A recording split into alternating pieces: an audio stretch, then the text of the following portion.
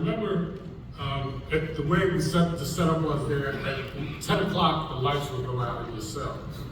And what I would do is get up to my bars, and the light shining in from the hallway, I would read based on that light.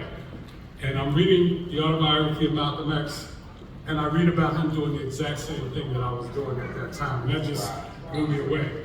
But what that book did was, it really disrupted my life, because I was growing up in West Philly, in gangs, just a street kid, just somebody that was out in the street, and I wasn't thinking at all about the plight of our people. I wasn't thinking at all about the things that we were going through and had gone through.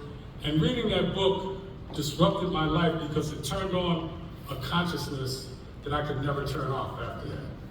And not only a consciousness, but a desire to do something with that consciousness, a desire to help and to give back in any way that I could. And that desire and that consciousness has stayed with me from that time. And so to me, this is special. That book was extremely special. And like I said, it disrupted my life.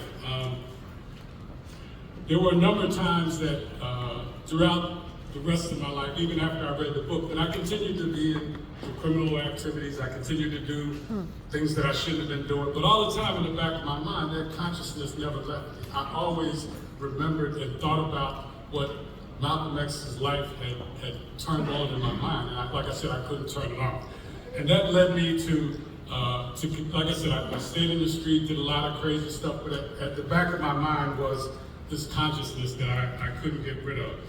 And I know I'm not the only one that Malcolm's book and his life disrupted their life. I know I'm not the only person that happened for. I know there were plenty of people that that book actually turned on a certain consciousness that like I said, I could never ever turn off.